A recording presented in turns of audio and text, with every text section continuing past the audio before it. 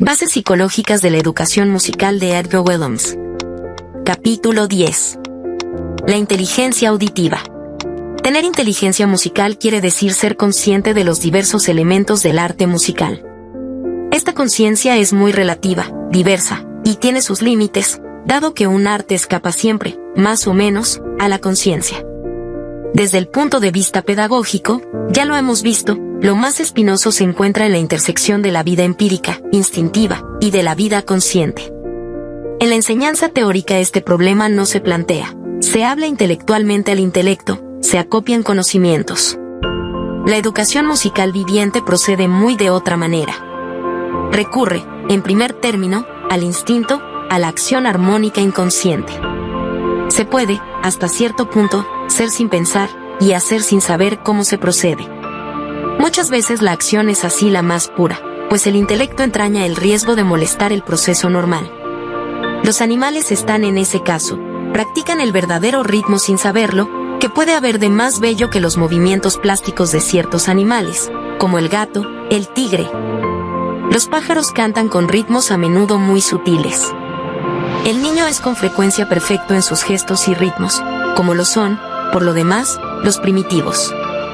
En cuanto el niño reflexiona, corre el riesgo de trabar el movimiento natural. En la educación, rítmica es sobre todo el compás el que permite pasar del acto inconsciente a la lectura y la escritura musical. Cuando decimos compás, pensamos en los tres elementos característicos, el tempo, el primer tiempo, tiempo fuerte, y la subdivisión binaria o ternaria. Los sistemas musicales que no tienen compases proceden ya de una unidad primera como la corchea, o ya de ciertas fórmulas rítmicas como arriba-abajo, fuerte-débil. En lo que concierne a la audición, lo hemos visto, dos factores principales permiten tomar conciencia de los elementos sonoros, el nombre de las notas y los grados. En la práctica de ciertos instrumentos dichos elementos son reemplazados por una tablatura, partitura musical escrita con ayuda de signos convencionales, líneas, letras, cifras, etc. La misma naturaleza material del instrumento llega a ser un medio para tomar conciencia de la música, pero cuán imperfectamente. Concíbase que haya allí un obstáculo para la educación musical, puesto que dicha tablatura o notación cifrada no ayuda, o ayuda poco, para el estudio de las tonalidades, los acordes y, por consiguiente, la armonía. En cambio, favorece el rendimiento instrumental inmediato. La inteligencia musical supone una práctica profundizada, vocal o instrumental. Pensamiento, sensibilidad y acción se complementarán nuevamente para producir un arte que pueda satisfacer a la vez a los sentidos y al espíritu. Los nombres de las notas. Los nombres de las notas, decía Eis, gran pedagogo alemán moderno, son los ganchos que ayudan a retener los sonidos. En la educación musical es preciso utilizarlos tempranamente, tomándolos no como teoría, sino como simple rotulación, simple denominación de los sonidos, similar al empleo de las palabras en la vida corriente. Así lo hace el niño cuando dice, mamá, papá, nene, etc. No es, pues, todavía, cuestión de solfeo, sino de una introducción inconsciente a la lectura y la escritura.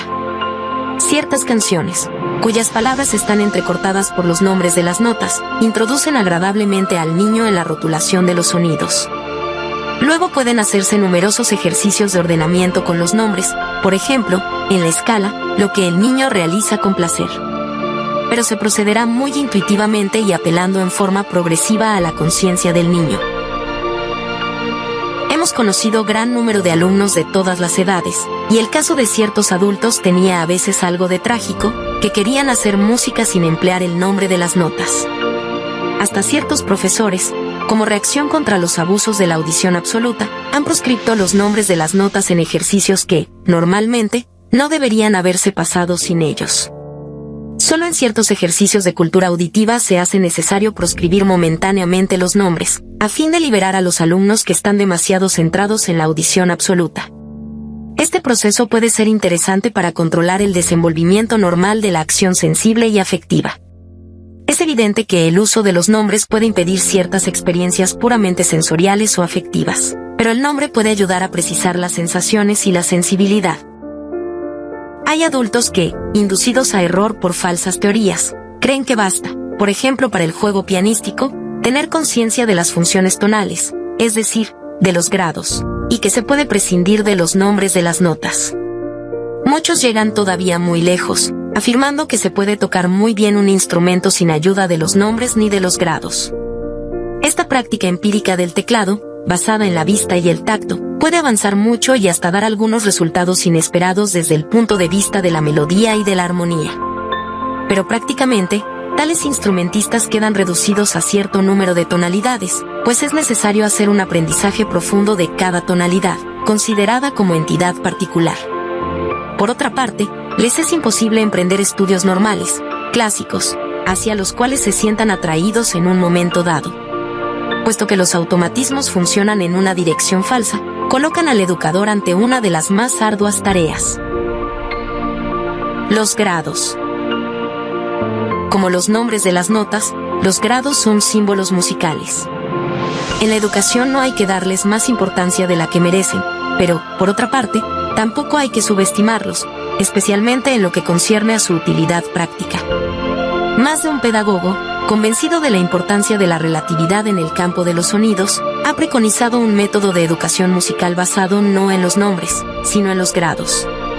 Sabemos, por una larga experiencia, que ha costado caro a ciertos alumnos, especialmente en sus estudios superiores, haber seguido sus directivas. Jedalch, entre otros, tomó los grados como base de la lectura musical. Ahora bien, psicológicamente hablando, la lectura es ante todo un acto mental, no debe pues centrarse en la sensibilidad, aunque desde el punto de vista artístico esta última deba estar siempre alerta.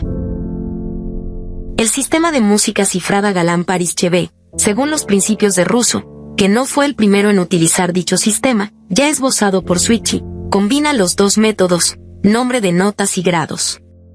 En el primer momento la idea parece genial, tanto más cuanto que con los principiantes, así como con los coristas pueblerinos, los resultados son alentadores.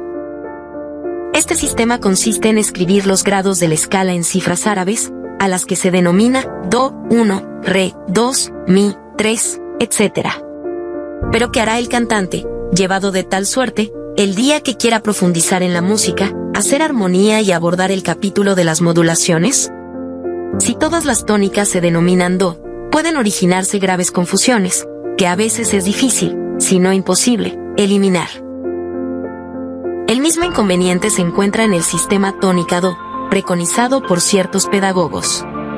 Las confusiones que pueden resultar son mucho menos graves en países como Alemania, donde se utiliza como símbolo de los grados, por ejemplo, usando los números romanos 1, 3, 5, para representar las notas musicales do, mi, sol, mientras que las notas mismas, como altura absoluta, son designadas con las letras del alfabeto, C, D, E, F, G, etc., para la escala C, E, G, para el acorde do, mi, sol. Hemos estudiado el problema en todos sus aspectos, hasta inventando una escritura y un nuevo teclado. Habíamos realizado así una concordancia perfecta entre el oído, la vista y el tacto.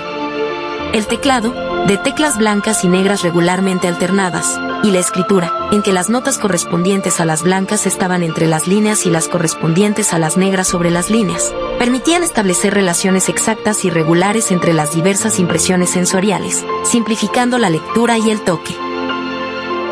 Mas la música no es tan solo sensación, lejos de esto también es, y sobre todo, sensibilidad, y entraña una indispensable actividad intelectual, abstracta. Hay pues un inconveniente en aferrarse a lo concreto que, si se bastara a sí mismo, no justificaría los esfuerzos abstractos. Por otra parte, la diversidad de las impresiones, debida a la de los órganos perceptores, es necesaria para la elaboración de operaciones mentales sintéticas.